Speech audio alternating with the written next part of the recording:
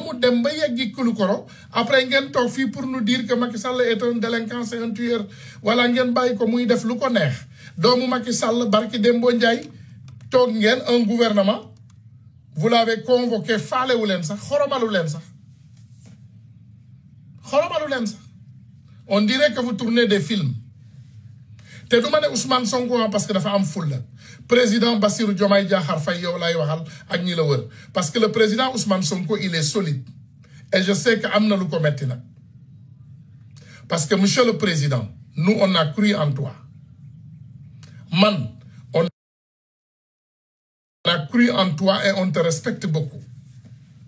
mais gëm naa ne tollu ngeen foo xam ne des décisions doivent être mi ngi doxul non réew doxal ko du liggéey rek du wala ñu ngi fay bor yi ñu ngi def lii lépp dina baax déedéet c'est pas comme ça monsieur le président baaxul parce que les jeunes ne sont pas en sécurité ces jeunes qui vous ont libérés ne sont pas en sécurité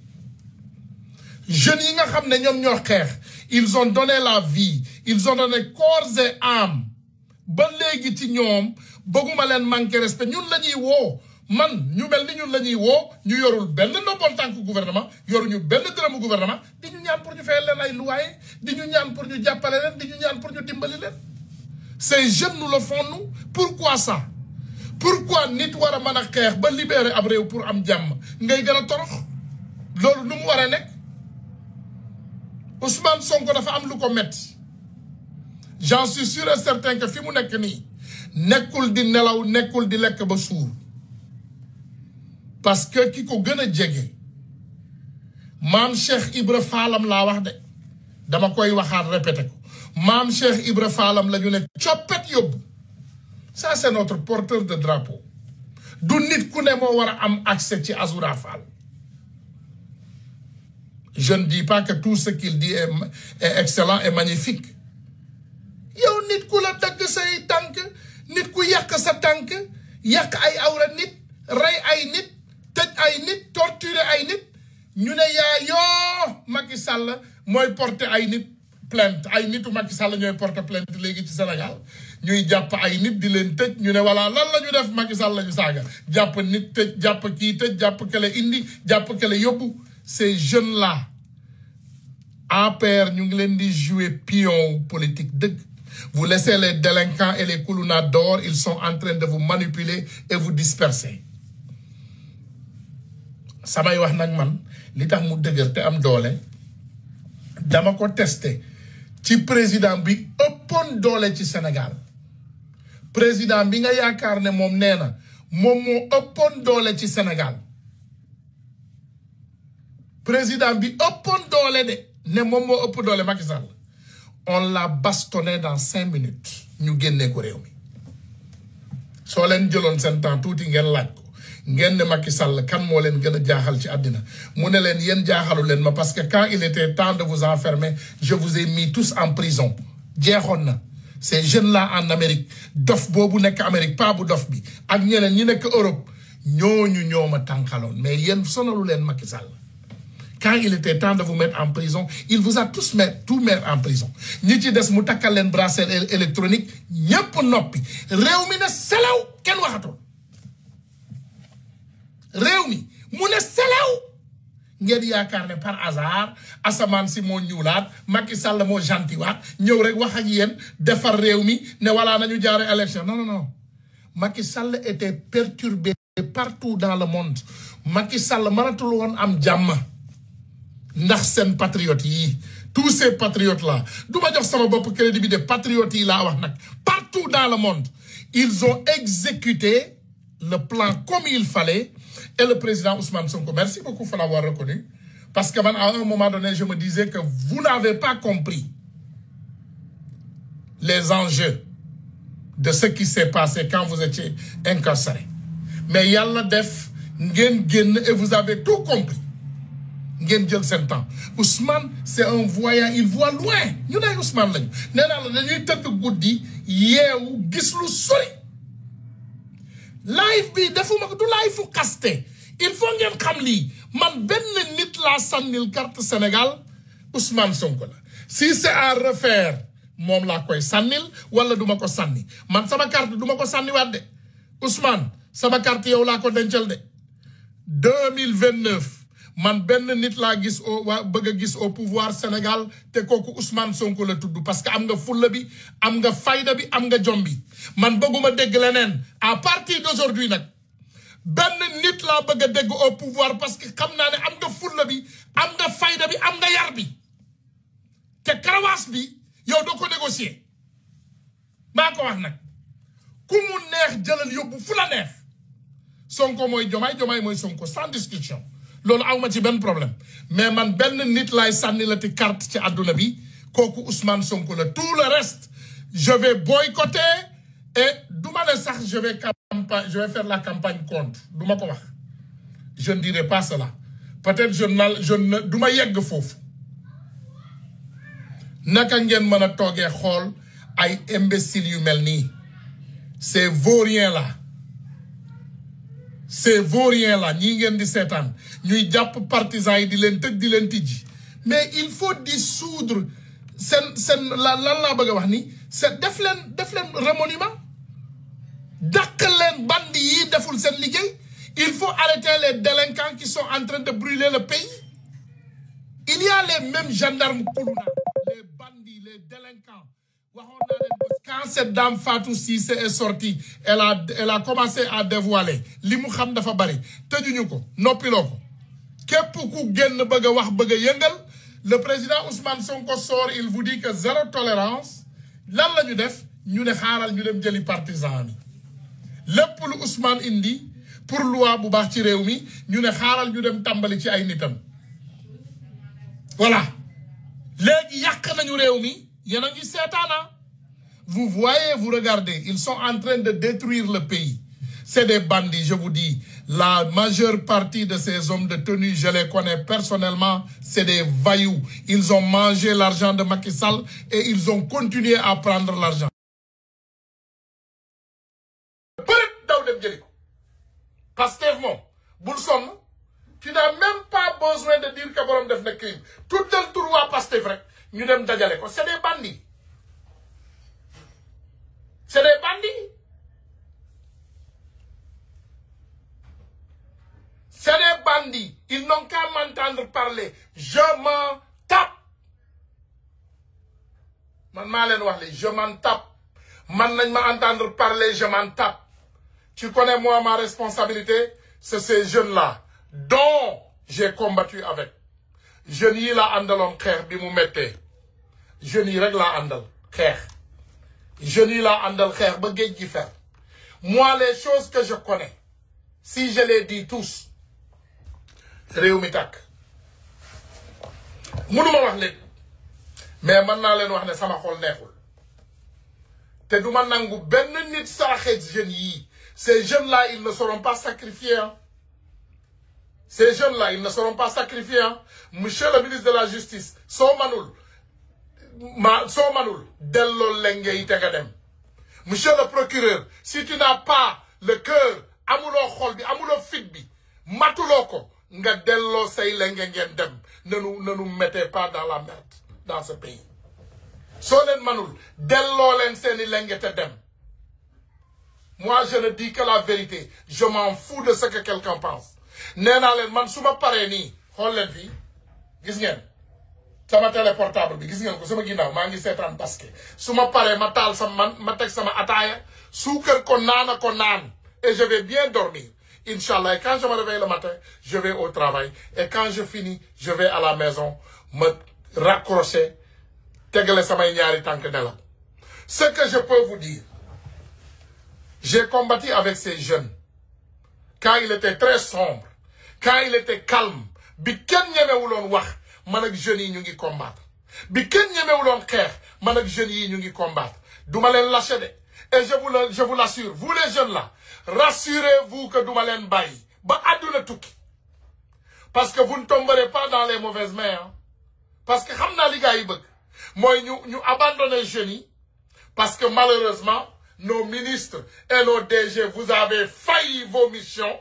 xale yi da ngeen leen bëggee jël en les transformant de ay géwél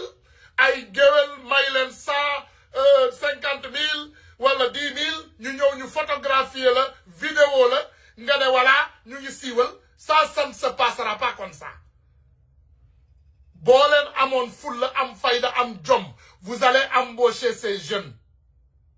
embaucher les jeunes yi ngeen embaucher leen former leen jox leen liggéey ñu liggéey di fayeeku di am salaire di ñibbi seen kër. Vous avez failli votre mission. Ousmane Sonko mënul tànn ñëpp. Il vous a choisi vous. wax la si Ousmane choisit 250 personnes parmi ces 250 personnes kenn ku ne jël 10 c'est 2500 jeunes qui auront de l'emploi 2500 yéen Ousmane Sonko bu tànnee 250 personnes yéen 250 personnes yi kenn ku nekk ci yéen bu jëlee 10 jeunes 10 xam ngeen ñaata emploi la loolu 2500 emplois ngeen di puukar di fagar ku nekk am lex saxi taat leer di coiffé wu di dóor lu rafet di naan di doser xale yi di la filmer ngeen transformer nos jeunes à des nu ma ko mën a waxee à des saraxukat ay yelwaankat ngeen transformer jeunes yooyu parce que ils sont complexés ku dem ci bureau ministre maanaam ay si upp ko rek mu defee ne adduna bi fii la yem man xam ngeen lu ma yàq soxlawuma kenn ci yéen xam ngeen ko man ku ma defaluma dara man maay def samay jëfuma nag di yàq mais man xam ngeen ne soxlawuma kenn ci yéen koo xam ne mas naa laa ñaan faveur am lu ma la ñaan rek vilipande ma. Vous n'avez rien fait pour ces jeunes vous les transformez de mendiants ñuy ñëw ci seen bureau yi di wagar-wagare boot seeni saak yor seeni caméra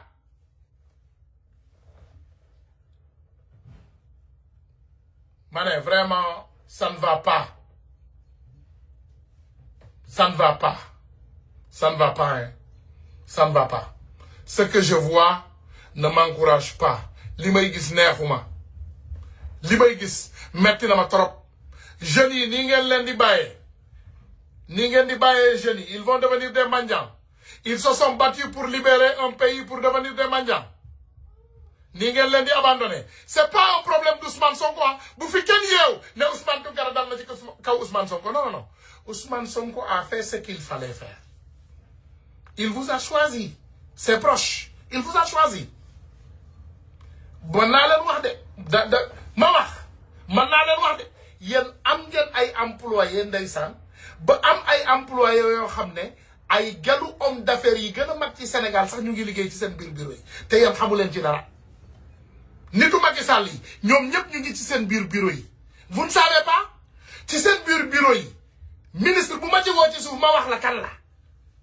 ku ma ci woo assemblée nationale ma wax la kan la sa bureau seen bureau yi yéen a ngi ak ay secrétaire wala yenn nit yoo xam ne ñu ngi doxaanante ak ay milliardaires u Macky Sall lépp loo leen yendoo ñu jël ko dem fanaanoo ko foofu wax leen ko et il se prépare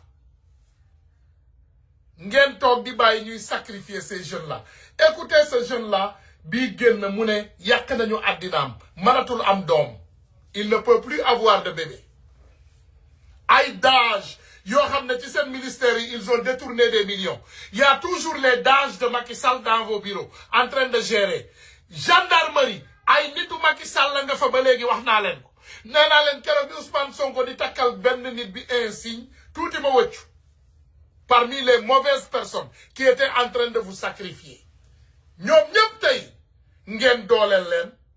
tuutal suñu xale yi di leen jaay doole Ousmane fi mu nekk li may wax neexuma man ce que je dis comme ça ne me plaît pas moi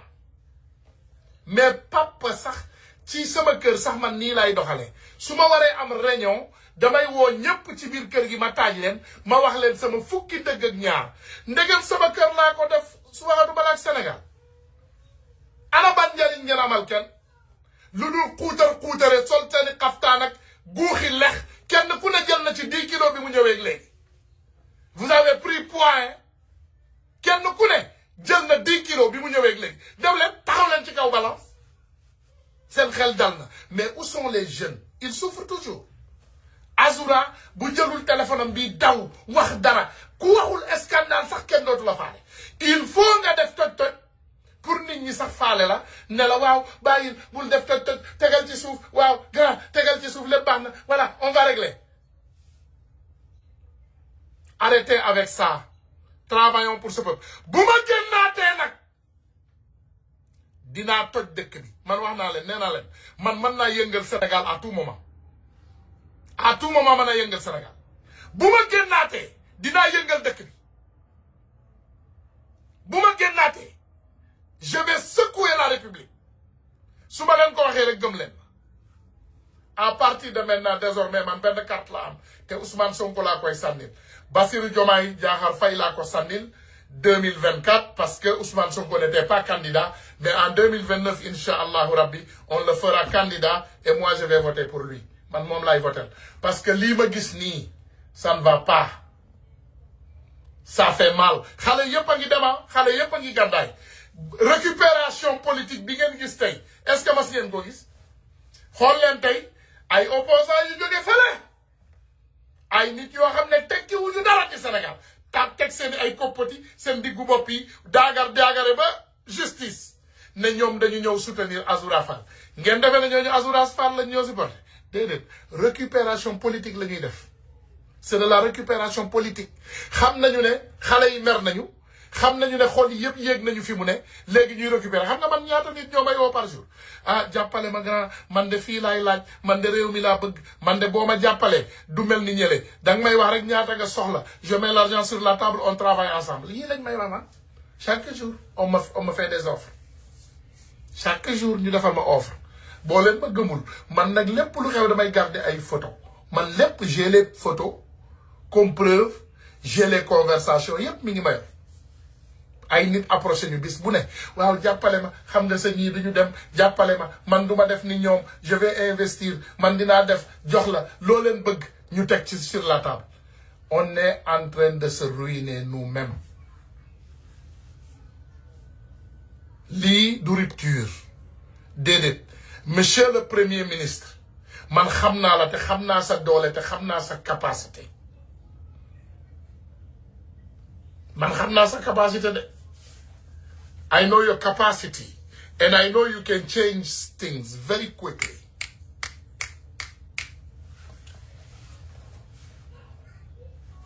Man xam naa loolu man xam naa ne tu peux changer les choses comme ça. Tu le peux. Loo bëgg changer 10 minutes nga changer ko. Il faut le changer. Defal remaniement ñi nga war a dàq bari nañu. Ne tombez pas dans leur piège bukki yaa ngi xaar Pastef jaxasoo ah sëñ bi bukki jarul ñuy xaar man waxuma la mbiru Pastef moi je te parle seulement des patriotes moi xam nga man bu ma nit ñi bàyyee xel je ne parlerai pas au nom de Pastef parce que je ne suis pas un membre de Pastef et awma benn autorité bu ma war a wax ci turu Pastef benn autorisation. Mais je parlerai au nom du Sénégal parce que j'ai combattu et j'ai sacrifié ma vie pour libérer mon peuple. Sénégal moom ku bëggul ma wax ci toxul Guinée-Bissau wala nga toxu Mali wala nga toxu Burkina Faso wala nga toxu fu la neex je parlerai du Sénégal ndax xam nga lan la bi Sénégal soxlaa dama xar sama tànku tubéy nanguwuma kenn ëppale ma ci nanguwuma kenn jiituma ci xeex bi j'ai mis ma vie en danger et la vie de ma famille en danger man yemuma ci ay wax comme niñ koy waxee génn naa duma nañ ma gaañ nañ ma xas nañ ma saaga nañ ma ndey chaque jour ñu saaga ma ndey yàq nañu samay investissement saboté nañu yàq nañu sama der puub nañu sama kaw bopp puub nañu sama buntu kër lépp def nañ ko ils ont même essayé d'assassiner mes propres enfants donc man dinaa wax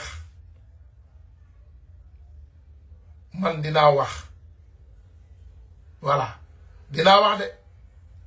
man duma wax benn jeune mu quitté Pastef am na ñuy profito nag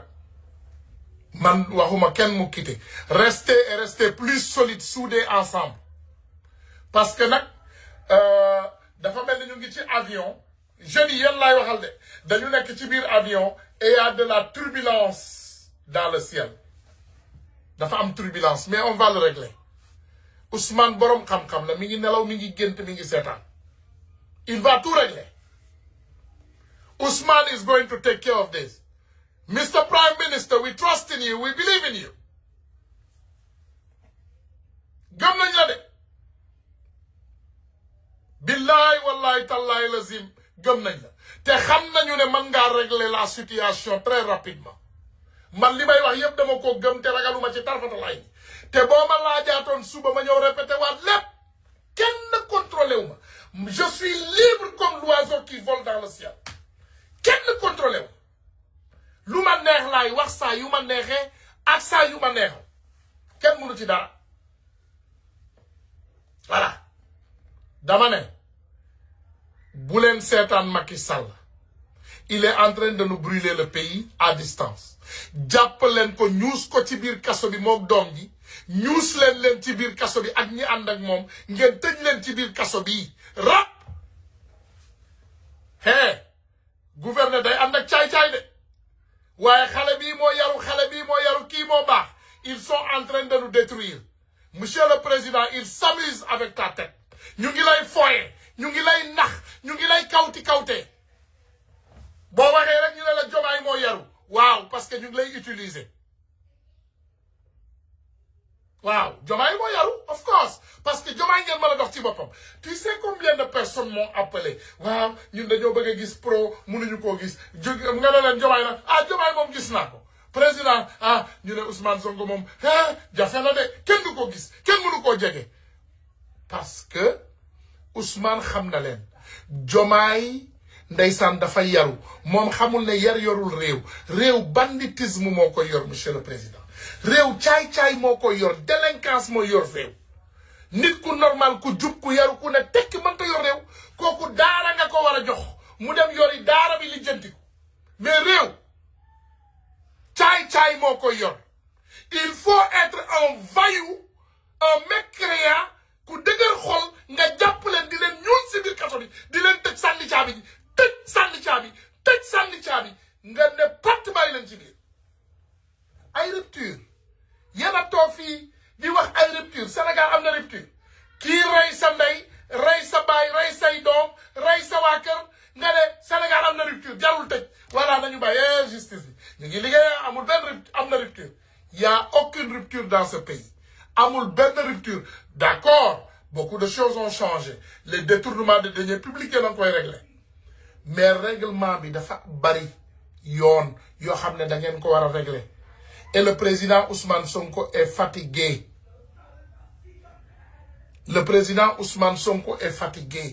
ngeen jàpp xale yi di leen tëj di leen jaay doole Ousmane Sonko nee na leen saa bu toogee li ko gën a naqari ci àddinaam mooy li ñu def doomu jàmbur yi te man xam naa ko je le connais personnellement man xam naa ne Ousmane dara neexu ko ci li ngeen nekk di def nii dara neexu ko ci il souffre mais mënul wax ci lépp le président Ousmane Sonko ne peut pas parler de tout il ne peut pas parler dans tout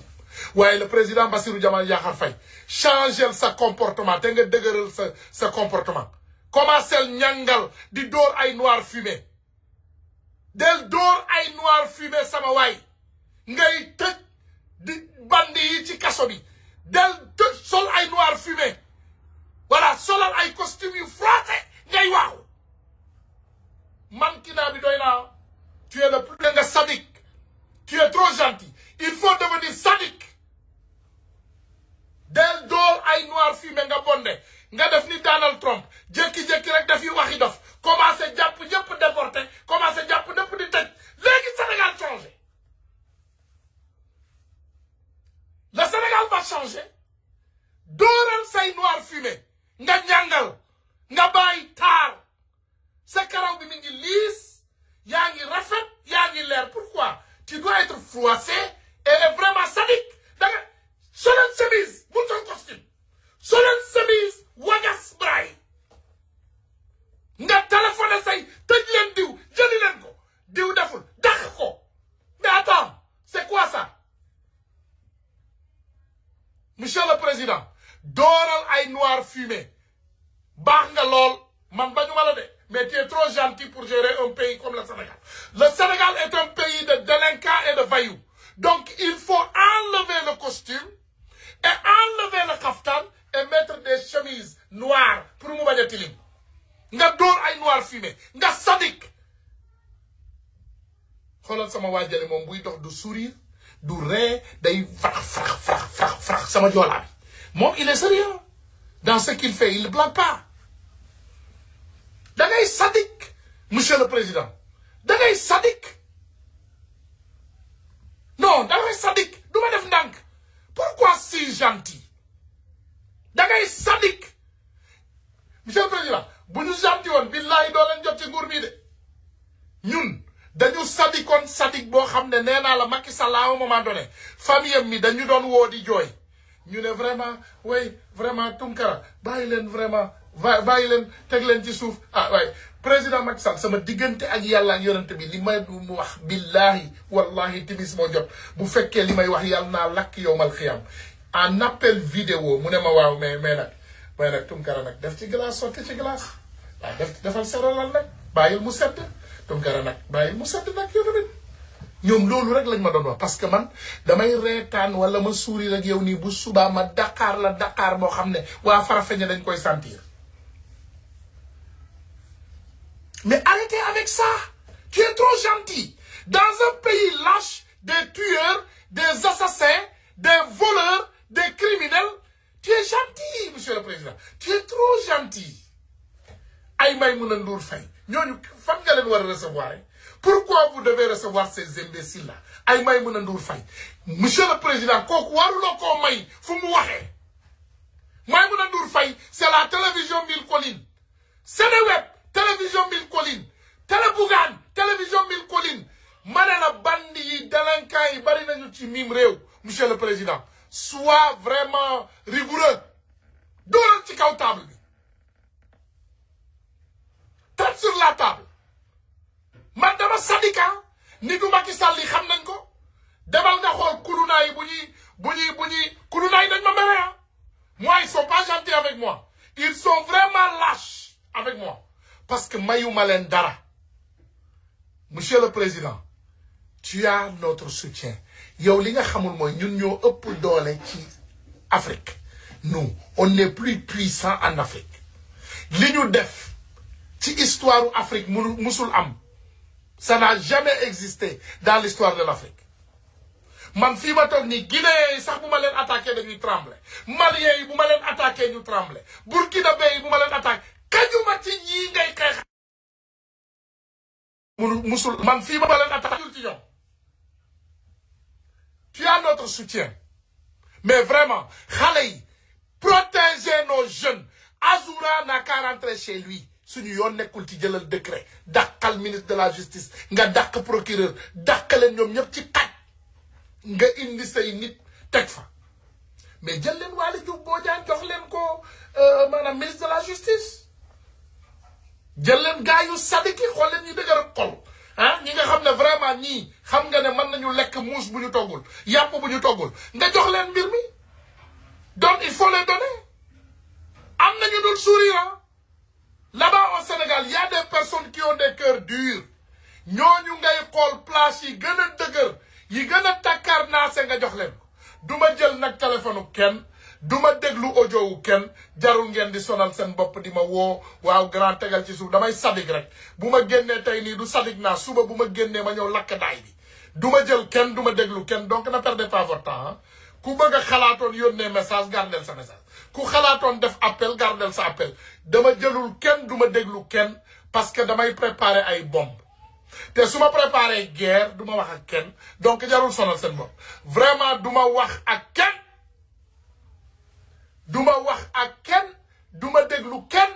booy yi ngeen bëgg a jàpp la guerre à la guerre na neex na saf nañu dem on n'a qu'à faire la guerre à la guerre du ma jël kenn du ma déglu kenn du ma lire message u kenn du ma tontu kenn waaw Mimi Touré jox leen Mimi Touré justice ni donnez la justice à Mimi Touré donnez-la la justice ñun ñëpp mën nañ ko saxu taa Mimi Sénégal soxla na la nañ la dénk justice bi dénkuñu la ko nag pour nga jubal jubati dañ la dénk pour nga jàppal ñu bandi yëpp mettre en prison après nga delloo ñu ko prends tous les délinquants tu les mets en prison après tu nous retournes la justice ñu jox ko xale il faut reprendre les choses nañu nanguwaat mbir yi tegaat ko ci yoon loolu mooy dëgg Voilà. Tous les anciens là, monsieur le président, Dakal Maguette yi nek fofu yépp renvoyé. Voilà. Sama yaay lak, sama tante lak, moi ministre bi lak, ministre, ils travaillent pas, il faut les renvoyer. Dakalen ñom ñep. Voilà. Xolal ku yagare, jëlal balance nga tek ku jël poids nga dak. Parce que kuy misère, kuy liggéey warta jël poids. Ku jël poids dakal. Ku jël poids dakal. Ku jël poids dakal. Yen ngeen waroon maigrir, di souffrir di misère, lex yi di génn, kaftaan yi di melax, mbaxane yi di melax, ngeen dangare, ku nekk wagare, xale yi liggéeyuñu, xale yi ñëw di leen filmer nekk ay manjaan. Xale bu jóg rek yor caméra diwa ngi ni mais loolu suñu géwél yi ñoo ko daan def lii suñu géwél yi ñoo daan def loolu mais attends diwa ngi ni rafet na de masha Allah ministre nangam toj na fi waay masha Allah DG yàq nga fi de masha Allah vraiment DG sa parfum bi xeeñ na du n'importe quoi c'est des mendiants ça loolu yorul yow xanaa ci génte la ñuy jëm maa ngi dégg ñu bari ñu naan fësal leen amul problème mën nañu fësal mais fay leen vous les entraînez ngeen fay leen ñu am salaire ñu fësal gratuitement yow ñu lay promouvoir yow ngay gën a tàkk di dem moo tax man gisu leen ma ci imbécilité yooyu de man pare naa ci yooyu de man fësaluma dara laa wax fësaluma kenn fulla ak fayda laa wax ku liggéey ñu wax ku liggéeyul ñu wax